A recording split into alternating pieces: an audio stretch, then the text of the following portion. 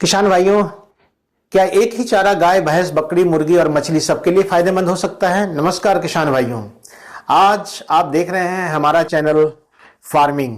और आज के इस वीडियो में हम जानेंगे अजोला किन किन पशुओं के लिए उपयोगी है। आज के इस वीडियो में हम जानेंगे कि अजोला किन किन पशुओं के लिए उपयोगी है और इसकी कितनी मात्रा और उसको कैसे खिलाएं।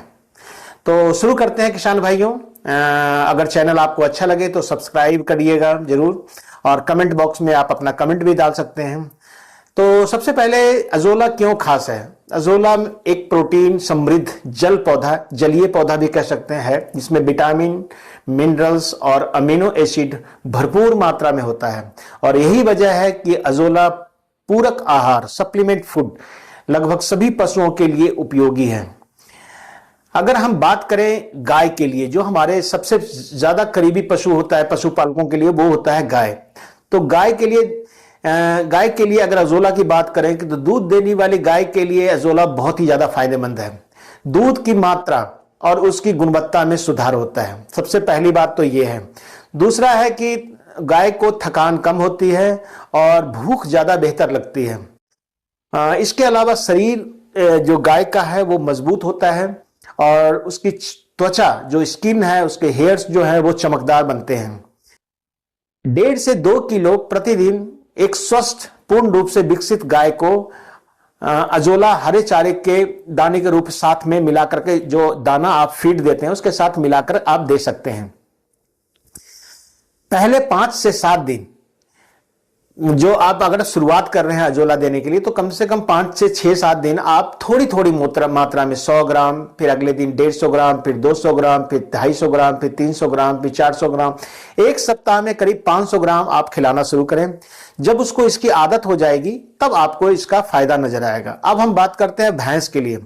भैंस ज्यादा दूध देती है। भैंस के दूध देने की में उसमें फैट बढ़ाने में अजोला काफी मदद करता है। जो भैंस के माना भी जाता है कि गाय से ज्यादा फैट परसेंटेज होता है, तो अगर भैंस को आप खिलाते हैं तो अजोला, तो उसके फैट परसेंटेज में वृद्धि होती है।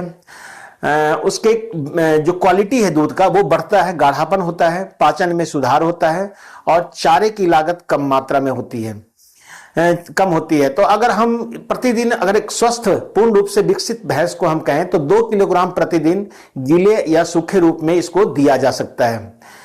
उसके बाद आता है बकरी, भेड़ या सुअर। इनके लिए, तो बकरी पालन करने वालों के लिए अजोला एक वरदान के रूप में है, क्योंकि बकरी का जो पालने का जो किसानों का मकसद होता है वो मेन होता है कि उसके वजन में तेजी से वृद्धि हो।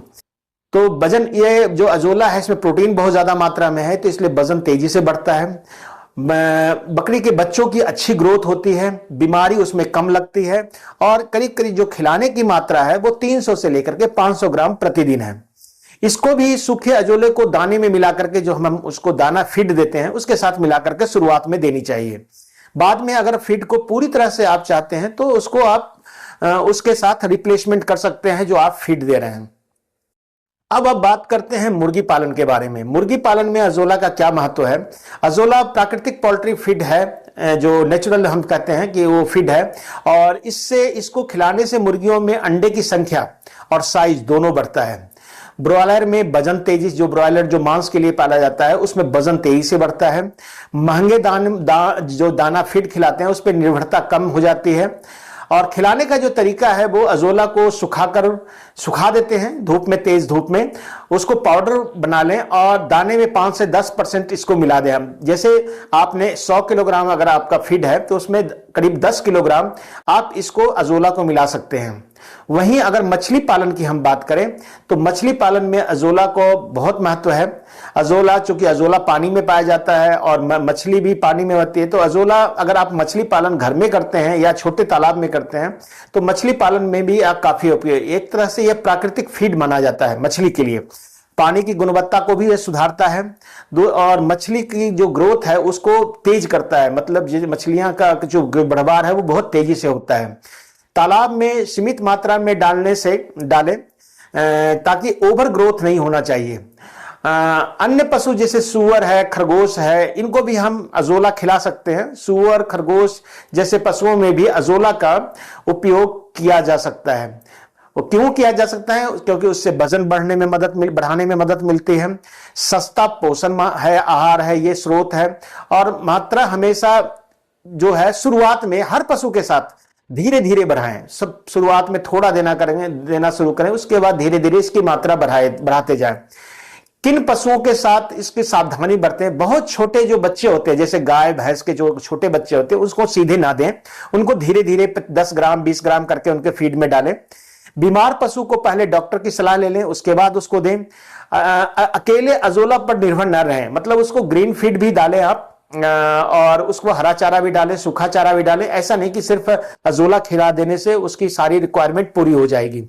तो अजोला पूरक आहार है, पूरा चारा नहीं है, हम कह सकते हैं। तो इस तरह से अगर हम निष्कर्ष की बात करें तो दोस्तों, अजोला एक ऐसा चारा है जो लगभग हर पशु के लिए उपयोगी है।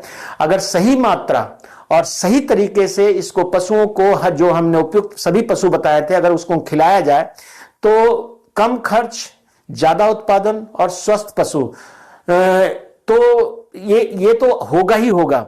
उसके अलावा उसमें जो प्रजनन की शक्ति है सबसे ज्यादा सभी पशुओं में, वो प्रजनन की क्षमता तेजी से बढ़ती है, प्रजनन अच्छा होता है, टाइमली होता है, उनकी बॉडी की ग्रोथ अच्छी होती है।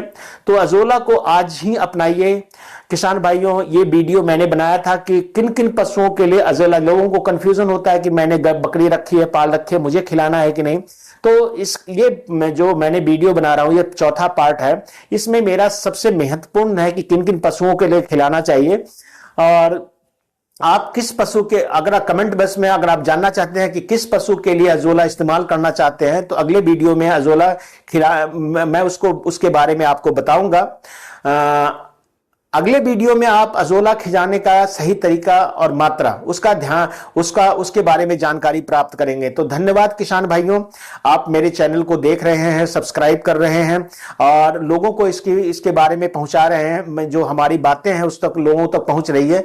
तो किसान भाइयों, आज का वीडियो हम यही खत्म करते हैं। आज हमने जो प्रकाश डाला वो है कि किन किन पशुओं के लिए अजोला जरूरी है। तो किसान भाइयों, अगर आप